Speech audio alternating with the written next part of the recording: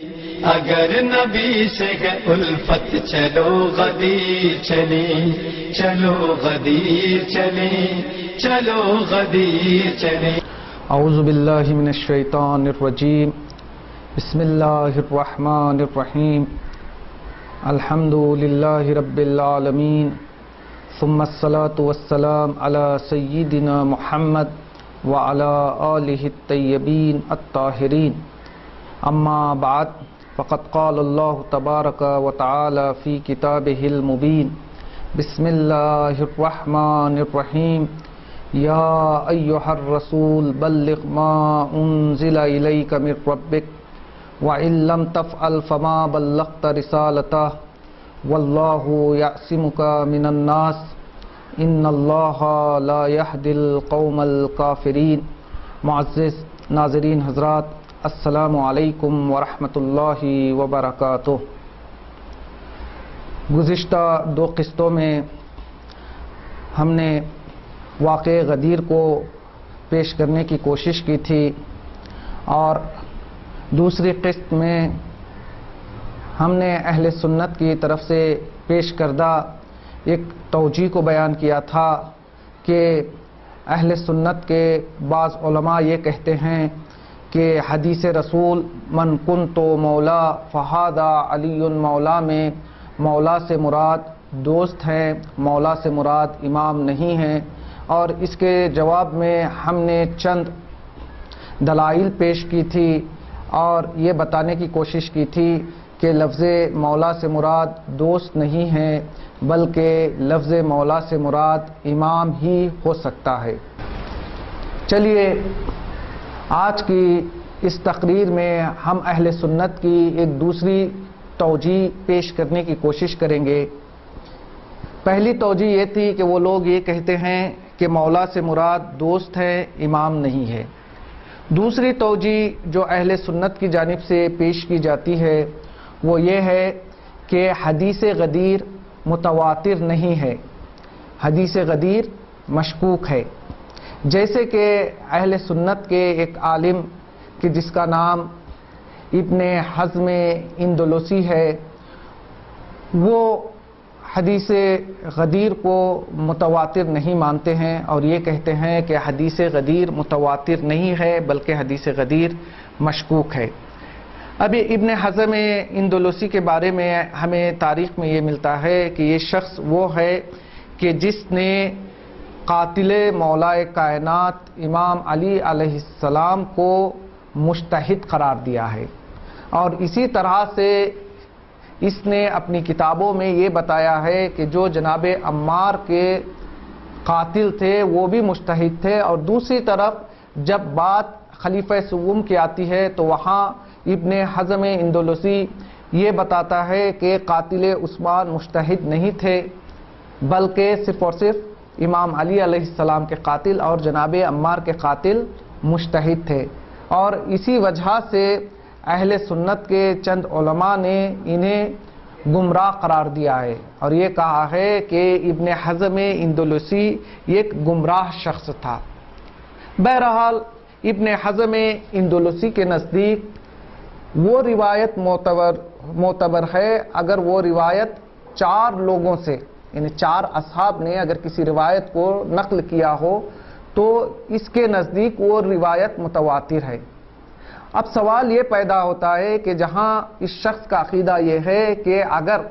چار اصحاب کسی روایت کو نقل کرے تو وہ روایت متواتر ہو جاتی ہے، اور دوسری طرف حدیث غدیر ہے کہ جسے تقریباً 100 سے زائد صحابہ نے نقل کیا ہے، لیکن اس کے باوجود ابن حزم اندلسی یہ کہتا ہے کہ حدیث غدیر متواتر نہیں ہے۔ اور اسی طرح سے اہل سنت کے کچھ دوسرے علماء جیسے تفتازانی ہیں، فخر الدین رازی ہیں یا ابن تیمیہ ہیں، یہ لوگ بھی یہ کہتے ہیں کہ حدیث غدیر متواتر نہیں ہے۔ میں ان حضرات کے جواب میں یہ کہنا چاہوں گا کہ حدیث متواتر کا معیار کیا ہے، جبکہ حدیث غدیر اہل سنت کے معتبر کتابوں میں آ چکی ہے، جیسے کہ احمد بن حنبل نے اس حدیث غدیر کو 40 سند کے ساتھ ذکر کیا ہے،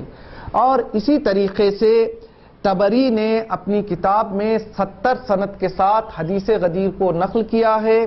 اور جزری نے 80 سند کے ساتھ حدیث غدیر کو اپنی کتاب میں نقل کیا ہے، اور اسی طریقے سے ابو سعید نے 120 سند کے ساتھ حدیث غدیر کو اپنی کتابوں میں نقل کیا ہے۔ اور بہت سارے اہل سنت کے علماء نے حدیث غدیر کا اعتراف بھی کیا ہے، جیسے کہ ذہبی، جس کے بارے میں یہ کہا جاتا ہے کہ یہ اہل سنت کے بہت متعصب عالم دین ہیں، حتیٰ کہ ذہبی جیسے عالم دین نے بھی یہ کہا کہ مجھے یقین ہے کہ اس حدیث کو پیغمبر اسلام نے میدان غدیر میں ارشاد فرمایا ہے۔ اور اسی طرح سے سیوطی کہتے ہیں کہ حدیث غدیر، مجھے یقین ہے کہ حدیث غدیر متواتر ہے۔ اور اسی طرح طحاوی جو اہل سنت کے ایک بزرگ عالم دین ہیں، وہ بھی اس بات کو نقل کرتے ہیں کہ اس حدیث کو تمام امت اسلامی نے اتفاق کے ساتھ قبول کیا ہے۔ اور اسی طرح سے اہل سنت کے ایک مشہور عالم دین کے جن کا نام سمنانی ہے، وہ یوں تحریر فرماتے ہیں کہ اس حدیث کے صحیح ہونے میں تمام امت اسلامی کا اتفاق ہے۔ صرف یہ نہیں کہ اہل سنت کے مشہور علماء نے اس کو اپنی کتابوں میں بیان کیا ہے، بلکہ چند اہل سنت کے مشہور علماء نے غدیر کے حوالے سے مستقل کتابیں تحریر فرمائی ہیں۔ لہذا یہ کیسے ممکن ہے کہ ایک طرف اہل سنت کے بزرگ علماء نے اپنی کتابوں میں حدیث غدیر کو ذکر کیا ہے، اور دوسری طرف جن بزرگ اہل سنت کے علماء نے اس حدیث کو نقل کیا ہے، تقریباً 100 سے زائد صحابہ کے توسط سے اس حدیث کو نقل کیا ہے، اور تیسری طرف اہل سنت کے مشہور علماء نے حدیث غدیر کے حوالے سے مستقل کتابوں کو تحریر کیا ہے۔ لہذا کچھ لوگوں کا یہ کہنا کہ حدیث غدیر متواتر نہیں ہے بلکہ حدیث غدیر مشکوک ہے، یہ بالکل اشتباہ ہے، اور اس بات کے لیے ہم نے چند چیزوں کو مختصر طور پر آپ کے سامنے پیش کرنے کی کوشش کی ہے۔ تو ناظرین، یہاں تک ہماری بات پہنچی ہے کہ ہم نے حدیث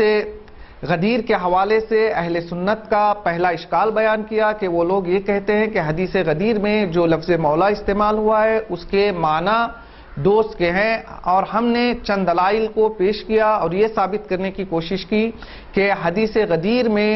جو لفظ مولا ہے اس سے مراد دوست نہیں ہے بلکہ اس سے مراد امام ہیں۔ اور دوسرا اشکال ہم نے اہل سنت کا یہ بیان کیا کہ وہ لوگ یہ کہتے ہیں کہ حدیث غدیر متواتر نہیں ہے بلکہ مشکوک ہے، اور اس کا جواب دینے کی بھی ہم نے کوشش کی اور یہ بتایا کہ حدیث غدیر کیسے متواتر نہیں ہو سکتی، جبکہ اہل سنت کے علماء کے نزدیک اگر کوئی بھی حدیث 4 اصحاب سے نقل ہوتی ہے تو وہ متواتر کہلاتی ہے۔ اب یہ جو لوگ یہ کہتے ہیں کہ حدیث غدیر متواتر نہیں ہے، ہم نے ان کا جواب یہ دے دیا کہ کیسے ممکن ہے کہ حدیث غدیر متواتر نہ ہو جبکہ حدیث غدیر کو 100 سے زائد اصحاب نے نقل کیا ہے، اور اہل سنت کے مشہور علماء نے اس کا اعتراف کیا ہے، اور ساتھ میں اہل سنت کے چند علماء نے غدیر کے عنوان سے مستقل کتابیں تحریر فرمائی ہے۔ لہذا اب تک جو ہم نے بیان کیا کہ لفظ مولا امام کے معنی میں ہے اور حدیث غدیر متواتر ہے اور تواتر کے ساتھ نقل ہوئی ہے، لہذا اب تک ہم نے اہل سنت کے 2 توجیحات کو بیان کی اور اس کا جواب دینے کی کوشش کی۔ چلیے تیسری توجیہ جو اہل سنت یہ پیش کرتے ہیں، وہ یہ تحریر فرماتے ہیں کہ حدیث غدیر صحیح ہے کہ رسول اسلام نے ارشاد فرمایا، اور اگر ہم یہ بھی مان لیں کہ حدیث غدیر امامت کے حوالے سے ہے تو ہم یہ کہیں گے کہ حدیث غدیر حضرت علی علیہ السلام کو چوتھے خلیفہ کے عنوان سے پہچانوا رہی ہے، یہ اہل سنت کی جانب سے تیسری توجیہ ہے کہ وہ یہ کہتے ہیں کہ حدیث غدیر میں رسول اسلام مولا کائنات کا تعارف کروا رہے ہیں، لیکن پہلے خلیفہ کے عنوان سے نہیں بلکہ چوتھے خلیفہ کے عنوان سے۔ انشاءاللہ اگلی تقریر میں ہم اس توجیہ اور اس کے جواب کو مفصل بیان کرنے کی کوشش کریں گے۔ والسلام علیکم ورحمۃ اللہ وبرکاتہ۔